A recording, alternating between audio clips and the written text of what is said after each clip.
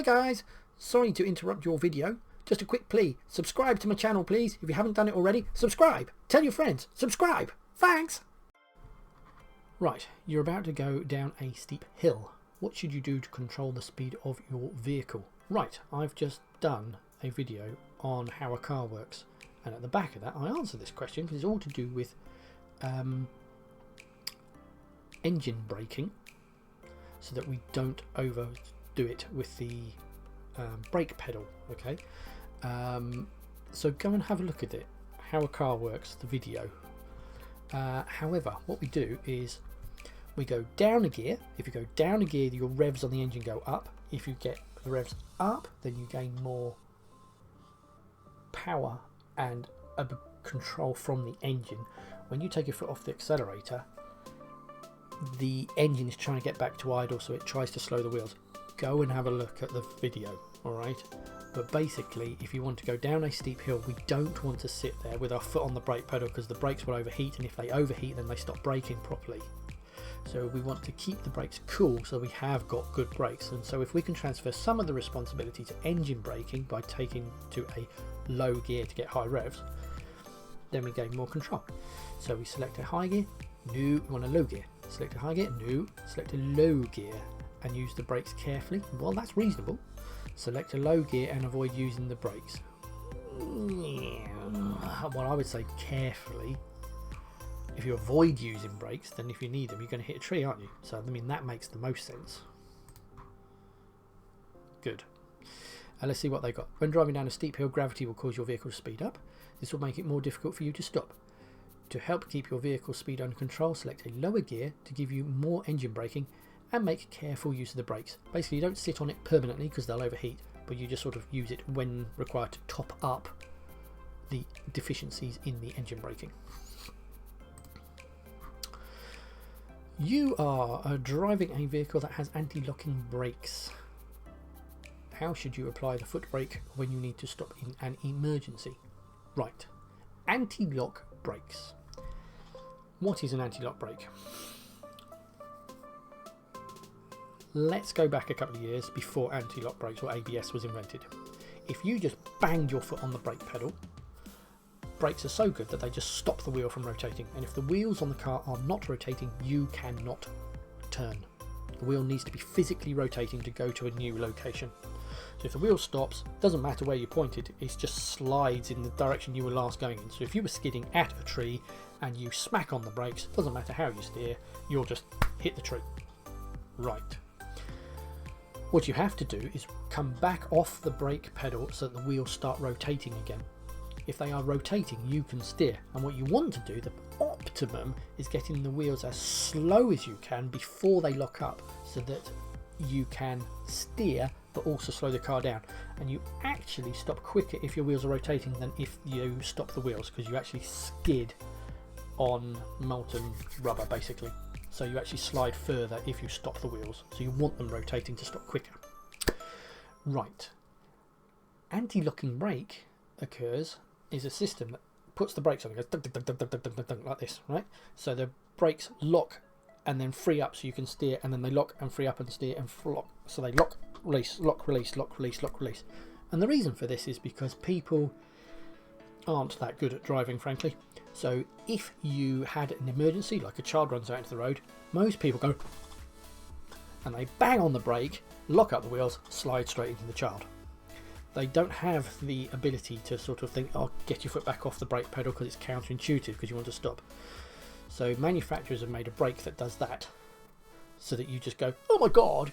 They appreciate that you're going to live with your foot on the brake pedal, so you let the computer take over, and the computer puts the brakes on and off, and you can still steer. You'll have the wherewithal to try and steer around the child, but with your foot still on the brake, and it enables the wheels to rotate a bit and then lock and then brake. Why they don't just reduce the pressure so the wheel just goes as slow as it'll allow, I don't know. That's the optimum one. But unless you keep your foot on the brake pedal, the car doesn't know it's an emergency, so it won't do any of that for you. So how should you apply the foot brake when you need to stop in an emergency? Rapidly and firmly, because it's an emergency, you go bang and then keep it there. Let the computer take over. You're driving along a country road, you see this sign. What should you do after dealing safely with a hazard? Ford. Right, a lot of people go, what is a Ford? A Ford, my friend, is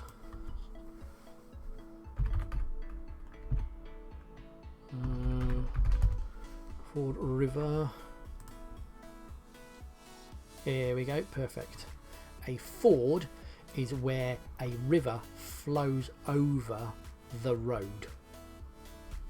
Right, so obviously if you're going into that, again, how a car works, go and watch the video. I've got a whole section about Fords in it. It answers this question in the video. But basically, if you're going to go through deep water like that, that's what a Ford is, then depends on the braking system on the car that you've got. They could well fill up with water.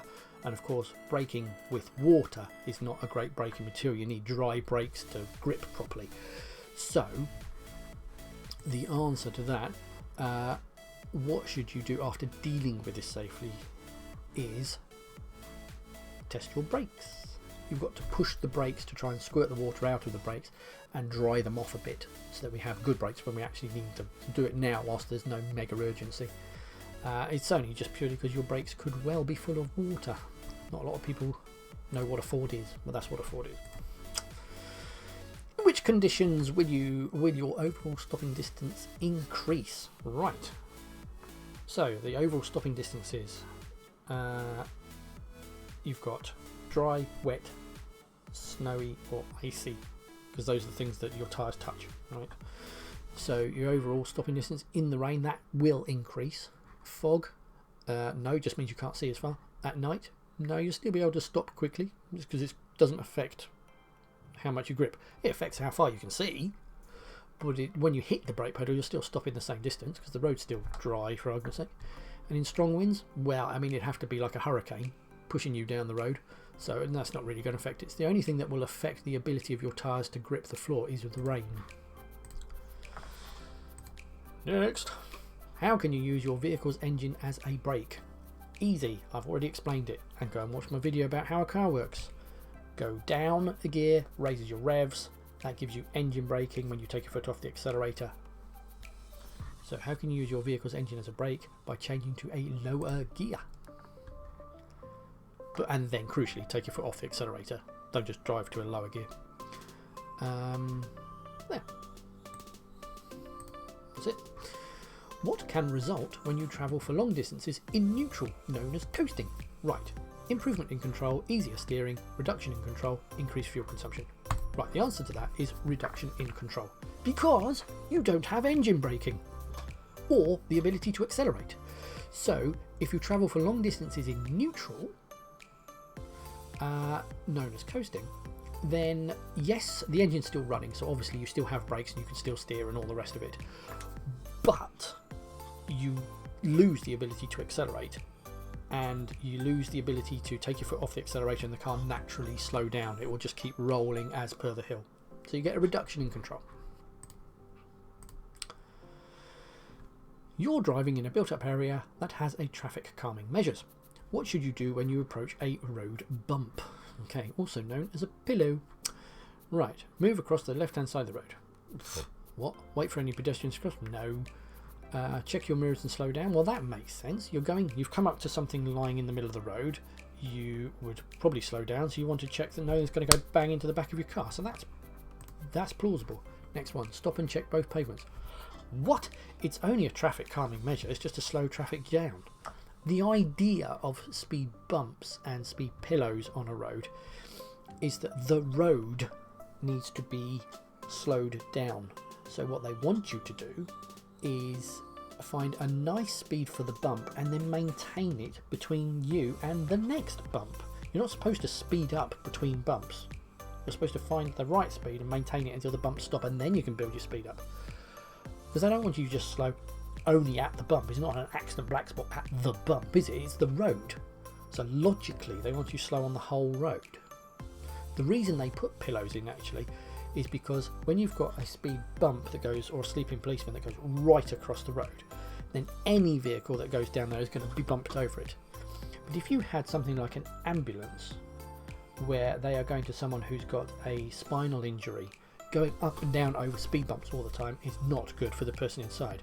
So speed pillows are good because they're wide enough that most cars can't put a wheel either side, but larger vehicles can. And therefore emergency vehicles such as an ambulance or fire engine or buses and things like this, they can put their wheels either side. So it's a nice comfortable ride for everybody inside. But for cars that are zooming around everywhere, driving like lunatics, then they cause a problem. That's why pillows are actually slightly better. Bit of a side issue there, but never mind. 12. What should you do when you're overtaking a motorcyclist on a windy day? Right, well, motorcyclists get blown around, don't they? So I would go really wide. So let's pass closely. No. Pass very slowly. Why? I mean, probably a combination. Slow and wide would be good. But again, if you can go wide, you can go past any speed you like. So wide is the important thing. Out of those two, wide is the more important. So therefore, I would answer that. Pass immediately? I don't know what they even mean by that. Next. How can you avoid wheel spin when you're driving on an icy road? This all comes down to the amount of grip that your tyres have on the floor and the amount of work that you are asking the car to do. Now, if you think about it, first gear is what we normally use to accelerate away because it's very good at getting the power from the engine through the wheels to the road. Therefore, when you push the accelerator, sometimes you might have even found it when you've been learning to drive that you might get wheel spin coming out of a junction. And that's because you've put so much energy through the system that you exceed the grip levels. So actually, if you go up a gear, so if you started in second or even third gear, it's difficult to get the power from the engine through the gearbox to the wheels, and therefore the chance of you putting too much energy through the system is greatly reduced. Yes, you have to take a lot longer over the clutch pedal, but it's a great way of stopping you spinning up the wheels. So in snow, for instance, I might put away the second, maybe even third gear. So, how can you avoid wheel spin when you're driving on an icy road? Drive at a slow speed in the highest gear possible. Yeah. The less energy you ask those tyres to deal with, the less likely you're going to lose control with the floor. Or grip with the floor, sorry. Use a parking brake with the wheels? No, good knows that'll cause a skid. Brake gently and repeatedly. Why? Why you keep dabbing the brake? Just don't push the accelerator as hard. Drive in a low gear at all times? No, because that creates a lot of power on the engine, therefore you're increasing the chance of spinning up the wheels. So I stick by my original answer.